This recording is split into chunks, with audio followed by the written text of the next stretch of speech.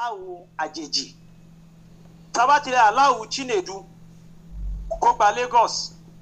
ó tán nìyẹn ó túmọ̀ sí pé ní gbogbo revenue Lagos ó ti wà lọ́wọ́ Igbo ó di méní gbogbo ọba gbogbo àwọn ọba pátá tó wà lọ́ndà Lagos State wọ́n ti wà ní abẹ́ àkàtà ọmọ Yẹmẹ́rí ó túmọ̀ sí pé ní gbogbo school wa pátá primary secondary colleges of education universities private universities state universities private polytechnic state polytechnic state colleges for education private colleges of education ó ti wà ní àkàtà ọmọ Igbo òun ló ń ṣe àkóso rẹ̀ ó bọ́ fún Yorùbá nìyẹn ó bọ́ fún Yorùbá nìyẹn tó bá ṣẹlẹ̀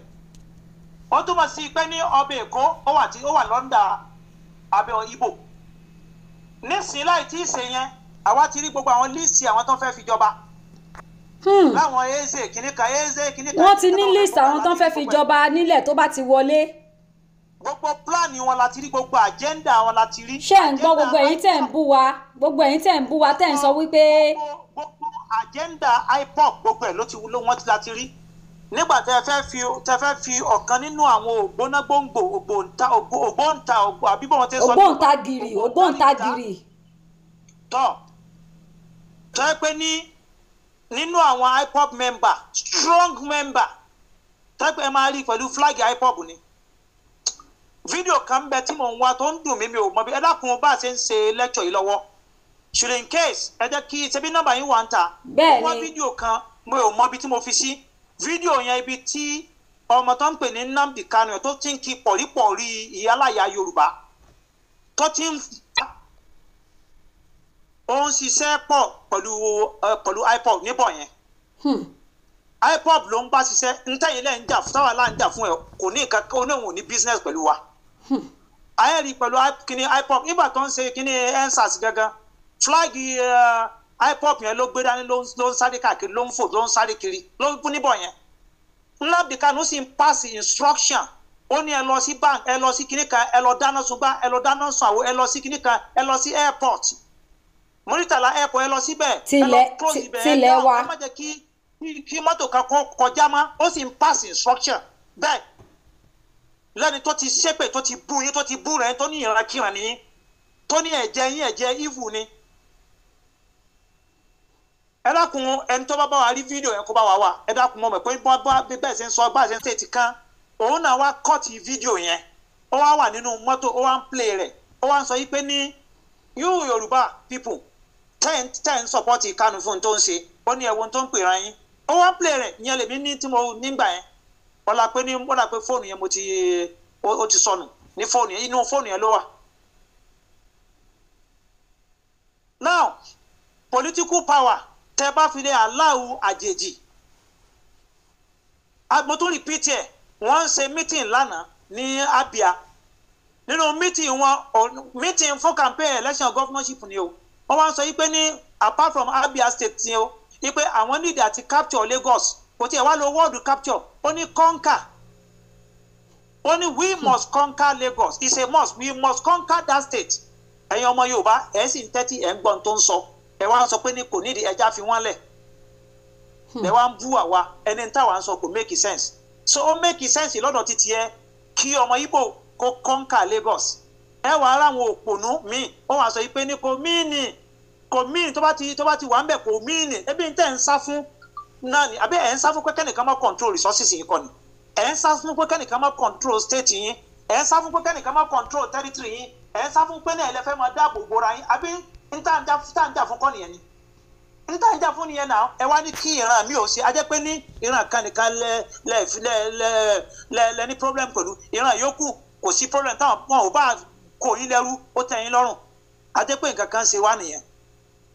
ajẹ́ pé nǹkan kan ṣe wá àwa sì ń sọ fún yín pé ní báwo àìwò ó ń dùn mí púpọ̀ torí pé kí ni ìran yìí pẹ̀lú wa àjọ sí ní level kan náà àkẹ́yìn pé mo fi bà wọ́n jẹ́ sí ní level kankan náà. According to National University Commission 2022 accreditation private university tó wà ní Nigeria, private universities tó wà ní Nigeria 111. Yorùbá nìkan ṣoṣo a ní 44, private mo ń sọ ní ìsọ state, private university ní Nigeria 111 ni. Yorùbá kó 44, Igbo ní 22. State university Yorùbá ní 14, Igbo ní 8. Private polytechnic Yorùbá ní 33, Igbo ní 9. That is according to National Board for Technical Education 2022 accreditation. Lọ́wọ́ bẹ́ẹ̀ náà ni private college of education. Àwọn èèyàn wa ń ṣe research wọn láìkì mọ́. 37 private college of education tani college of education tani tó jẹ́ private 37 Yorùbá lónìí ní south west ni o. Ẹ dákun ẹ ní sùúrù o. Gbogbo tí mo ń kà yìí mi ò fi ibi tí state mi tí Yorùbá wà ń bẹ mi ò kà tó pọ̀ mọ́ Yorùbá lónìí mi ò fi sí o, mi ò fi Kwara sí o. State mi irú Kogi tẹ́ pọ̀ mọ́ Yorùbá wà ń bẹ táwọn náà ní private college of education mi ò fi kún o. Now ní college of education tá a sọ a ní Yorùbá ní 37, ọmọ Igbo ní 13. State college of education tó jẹ́ ti state a ní 8, ọmọ Igbo ní 5. Àwọn college of education ibi tá a bá fẹ́ wá National Commission for Colleges of Education NCCE lọ́wọ́ 2022 accreditation NCCE lọ́wọ́ wò gbogbo ntẹ níyẹn pátá ẹ fẹ́ gbé sí abẹ́ àkàtà ọmọ Igbo ọmọ Yorùbá ẹ wò education ọ̀nà wa ti jìn gidi gan ẹ wá wo gbogbo adúrún ta níyẹn nísìn ẹ wò tẹ́ bá lọ sí gbogbo àwọn college of education yẹn tẹ́ bá lọ sí gbogbo àwọn polytechnic ẹ máa rá àwọn ọmọ Igbo bẹ ẹ máa rá ọmọ Igbo ẹ máa rí gbogbo wọn bẹ lẹ́kọ̀ọ́ ẹ máa rí wọn bẹ gbogbo àwọn primary school secondary school yẹn ẹ lọ check o ẹ máa bá wọn bẹ bámú ẹ̀yin ẹ lọ sí ìlú wọn ní east ní primary school ẹ lọ mọ ọmọ Yorùbá mélòó tó bá wà ń bẹ wá ní secondary school wọn ẹ lọ mọ ọmọ Yorùbá tó bá wà ń bẹ wá mélòó ọmọ Yorùbá tó wà ń bẹ táwọn wọn máa gbà á láàyè ni àní láàrin ara wọn ẹ máa play video láàrin ara wọn gan lásán tó ọjọ́ ọmọ Igbo wọn ò ní gbọ́ láàyè ní Enugu tó ọjọ́ ọmọ Enugu wọn ò ní gbọ́ láàyè ní Ebonyi tó ọjọ́ ọmọ Ebonyi wọn ò ní gbọ́ láàyè ní Abia ibi tó lè dé ìwọ tó bá tún wà lọ fẹ́ wọn tó ọjọ́ ọmọ Yorùbá tó lọ fẹ́ wọn ọmọ tó fẹ́ yẹn wọ́n máa kọ́ ti àbáṣepọ̀ wọn pẹ̀lú ẹ̀ kò ní lọ sílùú wọn kó lóun fẹ́ jẹ kankan mọ́ wọn á ní ó ti lọ gba ẹ̀jẹ̀ Yorùbá sára. Come back and occupy your space. Tẹ́ bá wo àwọn electronics yẹn àwọn ọmọ Yorùbá ṣé àwa náà ò lè ta ni ọmọ Yorùbá tí ò ríṣẹ́ millions of Yorubas they are roaming about ẹ̀rọ yóò tún wá báwọn ni wọn ò ṣe ní bínú sáwọn Tinubu báwọn ni wọn ò ṣe ní bínú sí irú àwọn Sanwó-Olú báwo ni wọn ò ṣe ní bínú sí àwọn kí lórúkọ àwọn gómìnà ti kiri tí ń jẹ Mákindé báwo ni wọn ò ṣe ní bínú sí àwọn Akérédolú nígbà tí wọn ò ṣe dáadáa fún àwọn yúùtù wa n táwọn wà áfítà ni pé ní àpò ara wọn nìkan náà wà áfítà tẹ́ ẹ̀ bá wà áfítà àpò yín kí ló lè ń bẹ̀ níbi kẹ́ ẹ tún lù ṣe kí ló lè ń bi pé kẹ́ create enabling environment kẹ́ ẹbí ẹnìkan bí state kan látàkọ̀ ní tó ṣe fún wọn ní north tọ́ ẹ pé ní nígbà tí wọ́n ṣe election ẹ wo bó ṣe ń dìbò fún àwọn èèyàn títí wọn nígbà tí wọ́n ṣe dáadáa fún wọn àwọn tó bá ti di pé wọn ò ṣe dáadáa fún wọn wọn ò ní dìbò fún wọn àwọn ọmọ wa jójó òranù gbogbo owó tó yẹ kí Yorùbá fi ṣe nǹkan rere ní ìgbésí ayé ẹ̀ pati ló fi ṣe hàn ó fi ń ṣe pati a máa wá jójó ẹ̀ sí yóò ó lè ná 40 million ó lè ná 100 million kó fi ṣe pati ẹlòmíín bẹ ó lè ná 30 million kò sì kọ́lé owó tó bá ti rí yẹn ó tún padà lọ ní owó tó bá ti rí yóò fi sòkú òkú ni ó fi ṣe ó lè fi gbogbo owó tó yẹ kó fi ṣe nǹkan rere yóò lọ fi ṣèkú dead body tó ti kú fa dead body ẹni tó ti kú tẹ́pẹ́ kò lè mímọ́ dead body tẹ́pẹ́ tó bá fi ilẹ̀ pẹ́ fún ọjọ́ mélòó kan ó máa rùn ni ó wà á wéṣì nǹkan bíi 100 million 70 million owó tó yẹ kó fi dálé sẹ́lẹ̀ owó tó yẹ kó fi invest sílùú rẹ kí àwọn ọmọ Yorùbá káwọn ọmọ kóòtù ojíire kán rí sẹ́sẹ́ àwọn ọmọ wa wá ń ṣe pálapàla káàkiri àwọn míì wá ń ṣe sí aṣẹ́wó ẹlòmíì wá ń bẹ tóun tiẹ̀ wá ń ṣe yahoo yahoo láwọn ọmọ kéékèèké Ọlọ́run sì fún wa ní àwọn ọlọ́pọlọ gbogbo tó yẹ kán fi brain ṣe tó yẹ kán fi ṣe dáadáa kò fi ṣe dáadáa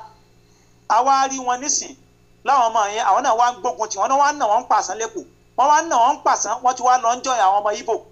òun ló ní result tó ṣẹlẹ̀ lẹ́kọ̀ọ́ yẹn kí ló wá dé táwa fi wá ń pariwo táwa fi ń sọ pé ní agbọ́dọ̀ dá sí bẹ́ẹ̀ ni nígbà tá a ti ṣàlàyé pé ní tí nǹkan kan bá ti ṣẹlẹ̀ tó bá ti fẹ́ affect territory yẹn tá a pè ní orílẹ̀-èdè Yorùbá anywhere kò bá sọ Ọ̀yọ́ ni kò bá sọ Ọ̀ṣun ni anywhere tó bá ti jẹ́ orílẹ̀-èdè Yorùbá ó yẹ kó ta wá láwọ yẹ ká dìde ẹ dákun tí Ìgbò bá ti jẹ gọ́vnọ̀ Lagos State kí wọ́n ní Yorùbá nation tẹ̀ ń ṣe àwọn tó ń bú wa ni mò ń bá wí o tí Ìgbò bá ti wá ṣe kí ni tó ti di gọ́vnọ̀ ní Lagos State Okechukwu Obima Nnadina Chioma tó bá ti di pé wọ́n ti gba gbogbo sẹ́bínísì wọn ètí ìgbà ní gbogbo ministry lẹ́kọ̀ọ́ lára àwọn aburú tí àwọn Tinubu ṣe nìyẹn o lára àwọn aburú tó burú jáì tí wọ́n ṣe nìyẹn ó wá di pé ní State House of Assembly ọmọ Ìgbò ló wà ńbẹ̀ ní House of Rep wa ọmọ Ìgbò wà ńbẹ̀ ẹ̀yin ẹ lọ sílùú wọn ẹlòmíràn ní àwọn bàbá àlú àwọn ọmọ ọba Adéjọkẹ́ wọ́n ń kàn wọ́n ń ṣe ẹlẹ́yàmẹ̀yà ẹlẹ́yàmẹ̀yà wo ò bá gba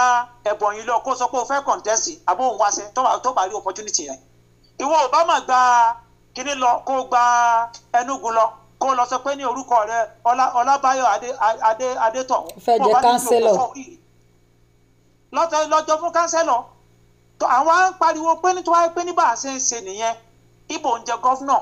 lẹ́kọ̀ọ́ Yorùbá ń jẹ gọ́fúnà ní Enugu kò sí wàhálà Yorùbá ń jẹ gọ́fúnà ní Kaduna Hausa ń jẹ gọ́fúnà ní Ìbàdàn ní Ọ̀yọ́ state no problem bẹ́ẹ̀ kò rí bẹ́ẹ̀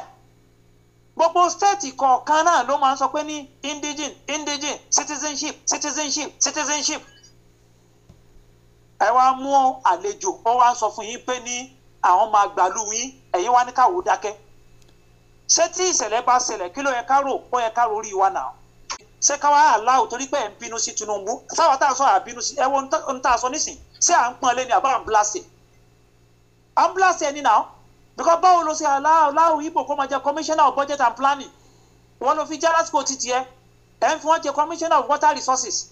ẹ̀ ń fún wọn lóríṣiríṣi ipò ẹ̀ ń fi wọ́n jẹ commissioner nítorí pé kíni nítorí pé ní kán fi máa vote fún yín só ti wá ṣẹlẹ̀ nísìnyí àbí ò ṣẹlẹ̀. wọ́n tiẹ̀ tún bàbá àlè wọ́n tiẹ̀ tún ń lo pé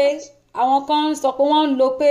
torí pé àwọn Ìgbò àwọn náà contribute wọ́n develop wọ́n ní market wọ́n ní gbogbo ẹ̀ and ara reason tàbí sọ wípé kán wá occupy space wọn náà ní. torí ẹ̀ làwọn náà fi sọ pé ní come back and occupy your space come back electronics kọ́mọ Yorùbá kó náà máa ṣe ní cement àwọn building materials kí Yorùbá náà máa tà tẹ́lẹ̀ àwọn ìgbómìnà lẹ́kọ̀ọ́ àwọn ni wọ́n anything building material gbogbo àwọn iron rod yẹn àwọn ọmọ ìgbómìnà yẹn ló pọ̀ nbẹ̀ nísìn Ìgbò ti gba gbogbo ẹ̀ gbogbo àwọn bí ẹ lọ sí Balógun gbogbo ẹ̀ wọ́n àtàsọ àtẹ́fìrìtì wọ́n ti gbà lọ́wọ́ gbogbo wa wọ́n ti gbà lọ́wọ́ àwọn èèyàn wa ipe ni wọn ò ṣe eré wọn ò ṣe dáadáa tọ́jú wọn bá ṣe dáadáa ni ṣé ọmọ Yorùbá ò ní tà àwọn máa sọ solution o bẹ́ẹ̀ náà ni tá a bá ń sọ̀rọ̀ nípa spare part gbogbo àwọn tó ń ta spare part yẹn àwọn náà ní 95% tó ń ta spare part ẹ̀ lérò ọmọ Yorùbá ń bẹ̀ ẹ wo ibi tó worst dé challenge ibi tẹ́ bá ti tí Ìgbò bá ti ń ta spare part kò ní allow ìran kankan kó ní ṣọ́ọ̀bù láàrin yẹn kò ní gbà rárá kó tiẹ̀ ní kó fún ọmọ Yorùbá ní space kan láàrin kò ní ẹ ń tẹ́ wá rí ẹ wà ọmọ Yorùbá ní lẹ́kọ̀ọ́ níbi tó ti ń ta spare part ẹ̀mọ́ tó ń tà ní ó ń ta pure water ọmọ Yorùbá ó wá dúró sí ibi ẹ̀gbẹ́ kan ó ń ta sẹ́pẹ̀ ọmọ Yorùbá ń ta sẹ́pẹ̀ èmi ò nígbà tí mo dé kó mo gbọ́ tó ń sọ tó ń pe kíní kan sẹ́pẹ̀ mo lè òtún lè léyìí kíní àwọn bíi hot kíní kan ó ní sẹ́pẹ̀. àwọn ògógóró nìyẹn. ẹ wà á rí wo obìnrin wọn máa wá fọwọ́ gbá lọ́mú wọn máa fọwọ́ gbá ń jì níyàwó sẹ́pẹ̀ òun náà wá gé yóò gẹrun yóò wá ṣe style àwọn Ìgbò wọn máa gbá nídìí níyàwó ó mà ṣe o wọ́n fi hàn wá báwọn ò láìkí wa wọ́n fi hàn wá báwọn ò gbá títí wa kì í ṣe báwa nìkan ni wọ́n ṣe bẹ́ẹ̀ fún wọn gbogbo ìran méjèèjì náà ni wọn ò láìkí Haúsá wọn ò láìkí àwa náà bẹ́ẹ̀ sì ni tó bá sọ pé nínú ìran mẹ́tẹ̀ẹ̀ta ta ló burú jáì àwọn ni number 1 torí gbogbo ohun tí ò da láyé gbogbo nǹkan búburú tẹ́ rò pé nǹkan aburú àwọn ni leader ń bẹ àwọn gbogbo tó bá jẹ́ nǹkan burúkú tí ò da láyé yìí àwọn ni àkọ́kọ́ ẹ borúkọ ẹ ti bà orúkọ ìlú yẹn gangan jẹ́ kọ́ńtì yẹn tí ẹ bà orúkọ yẹn ti tó pé ní tó bá rí pẹ̀lú pásítọ̀tì yẹn gangan orúkọ ìlú yẹn ti bàjẹ́ ta ló bàjẹ́ àwọn ọmọ àjòkúta mọ́mú mi the fact are there so nídìí eléyìí kódà ẹ wo ibi tó tún lé ẹ tún wá rí wọn ẹ lọ sí sáìdì bíi orílẹ̀ ẹ wá tún wo bí àwọn tó ti ń tán àwọn shop kọ̀ọ̀kan tó pé àwọn èèyàn wọn pọ̀ ń bẹ̀ ẹ rí i pé Ìgbò náà ló tún ta àgbàdo ló tún ta ẹ̀wà ló tún ta rice abẹ́rẹ́ ní nǹkan báyìí. àwọn stockfish ẹ̀fọ́ vegetables. ó tún gbà mọ́ lọ́wọ́. àwọn wá ń sọ fún àwọn ọmọ ẹ̀yà wa ẹ wò ó ṣe rí gbogbo iṣẹ́ mẹkáníìkì yẹn ni auto mẹkáníìkì yẹn ni gbogbo àwọn iṣẹ́ oríṣiríṣi tí wọ́n ń ṣe yẹn àwa náà gbọ́dọ̀ padà ká occupy space wa. ṣé ká sọ wípé àwọn èèyàn wa ya ọ̀lẹ ni àbí kò sí ìrànlọ́wọ́ fún wọn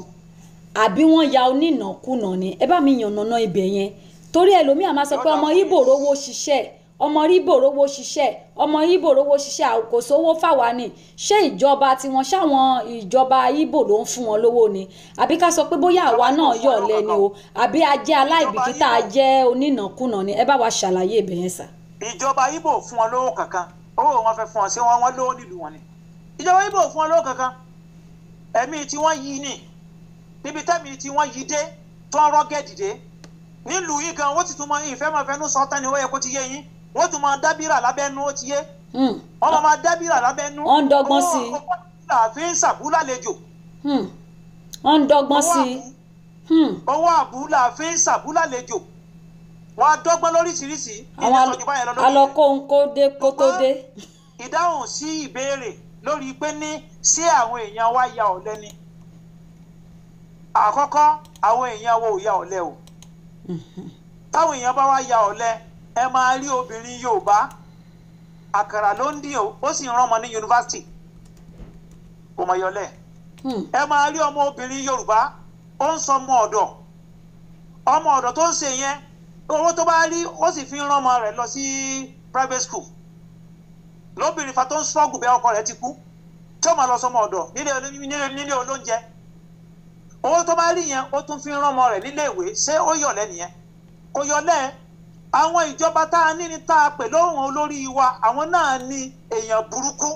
wọn ẹsẹ̀ yẹn dáadáa wọ́n sì pàdé pẹ̀lú ọlọ́ àfi tó bá jáwọ́ kó bẹ̀ lókun ẹ wá ń kó bílíọ̀n gbogbo yín gbogbo bílíọ̀n tẹ́ ń kójọ yẹn ẹ máa fílẹ̀ tí ò ní sí mọ́